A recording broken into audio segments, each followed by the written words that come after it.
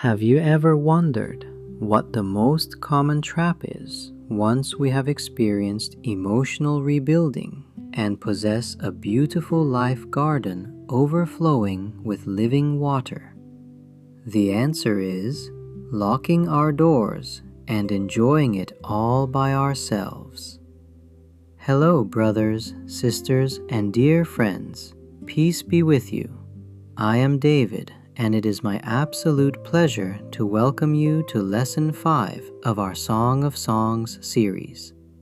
In our previous lesson, we saw how the young woman's life was completely rebuilt in God's presence, becoming a locked garden and an enclosed spring that streams with living water. However, if our growth stops at self-satisfaction, our lives lose a grander meaning. Today we enter Lesson 5, This is My Beloved. We will walk with this woman as she hears her beloved's voice at the door once again, and slowly, at great personal cost, chooses to rise and open it.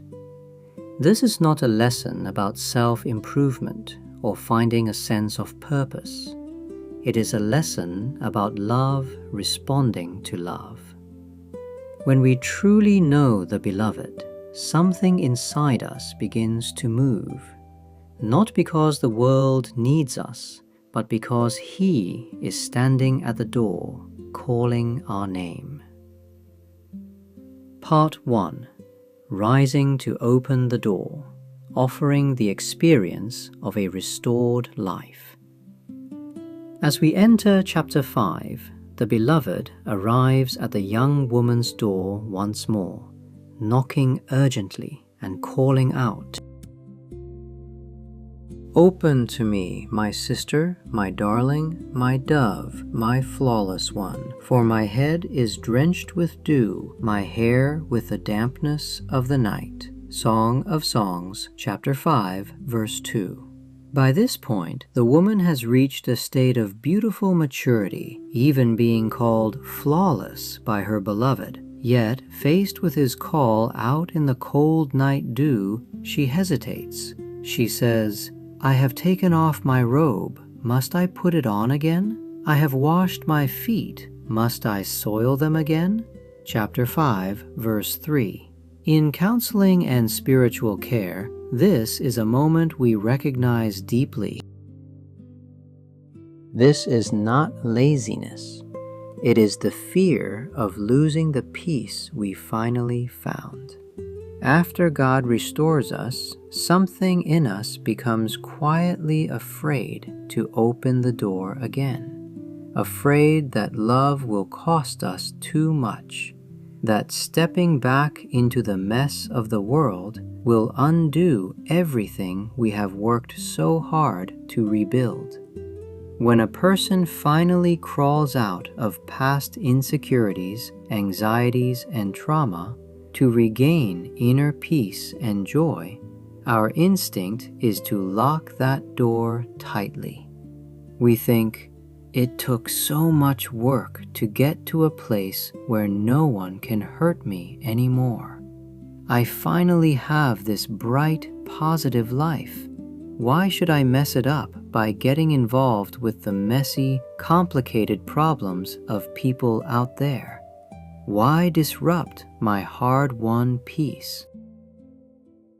Without an ounce of blame, let me gently remind you, if your heart has become bright and positive, remember that there are still many people trapped in the exact same mud you used to be in. God did not heal you so that you could admire your own garden from behind a locked wall. He healed you because He loves you, and because love, by its very nature, overflows. While she hesitates, the Beloved reaches through the latch opening. Chapter 5, verse 4. Her heart begins to stir, and at last she rises. By the time she opens the door, he has already turned and gone. But notice what is left on her hands: liquid myrrh flowing from the bolt handle. Chapter 5, verse 5. She rose not because she had it all figured out. She rose because he came and she could not stay still. That is the moment when the most fragrant love begins to pour out of a life, not when we muster the courage to serve, but when we simply respond to the one who is already there. Part 2. Going out because he went first. Stepping into the world for love's sake. She opened the door and he was gone. So she goes out to look for him. This is the heart of the chapter. She is not going out because she has a mission. She is going out because she loves him. And in searching for him among the streets and daughters of Jerusalem, she finds herself caring for others in ways she never expected. The watchmen found me as they made their rounds in the city. They beat me. They bruised me. They took away my cloak, those watchmen of the walls. Chapter 5, verse 7. This time out in the streets looks very different from chapter 3. Back then, she searched for her beloved because she needed him. She was still fragile, still finding her way. Now she goes out because she loves him. And that difference changes everything. What she encounters this time is not the tenderness of being found. It is the cost of staying committed, bruised by the watchman, stripped of her cloak, misunderstood and exposed. And yet she does not turn back. She turns to the daughters of Jerusalem and asks for their help. Chapter 5, verse 8. They respond with a question. How is your beloved better than others? Verse 9. Without realizing it, her love has become an invitation.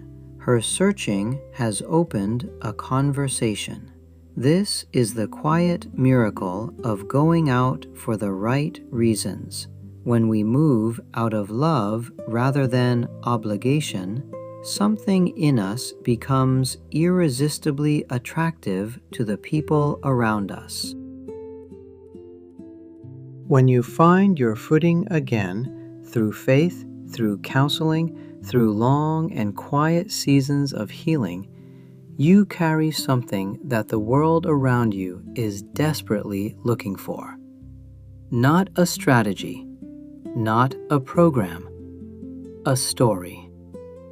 The world is full of people sitting in the same darkness you once sat in, and they do not need more advice. They need to meet someone who has been there and found a way through. Even when the road out costs you something, even when people misunderstand you or the process leaves you feeling raw, the love that carried you this far will be what keeps you going. Part 3. This is my beloved, introducing the one who restored you.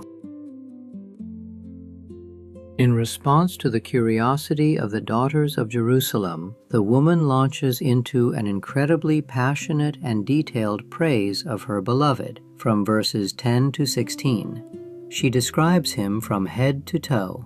My beloved is radiant and ruddy, outstanding among 10,000. His mouth is sweetness itself. He is altogether lovely. This is my beloved. This is my friend, daughters of Jerusalem. Chapter 5, verses 10 and 16. Pay close attention to those last words, my friend. In the very first lesson, her relationship with her beloved was one of awe, longing, and looking up from a low place. Now, she calls him my friend. This is a deep, mutual bond of a soulmate, moving past insecurity and constant taking and entering into deep, transparent fellowship. Through a deeper counseling lens, the highest level of care is not handing someone a rigid set of theories. It is introducing them to the one who restored you. This friend is the sweet, altogether lovely God, alongside all the beautiful things He has accomplished in your life. With her own mouth, she articulates His sweetness, His glory, and His richness clearly to everyone, inspiring those who hear her to desire and receive the exact same restoration she found. When a hurting soul hears you speak about how God reached into the mire and lifted you out, how patient He was, how steady, something shifts in them. The despair in their eyes begins to give way to hope. Your honesty becomes a lifeline. Your story becomes the clearest picture of who He is. Conclusion. Letting love overflow into a life of giving.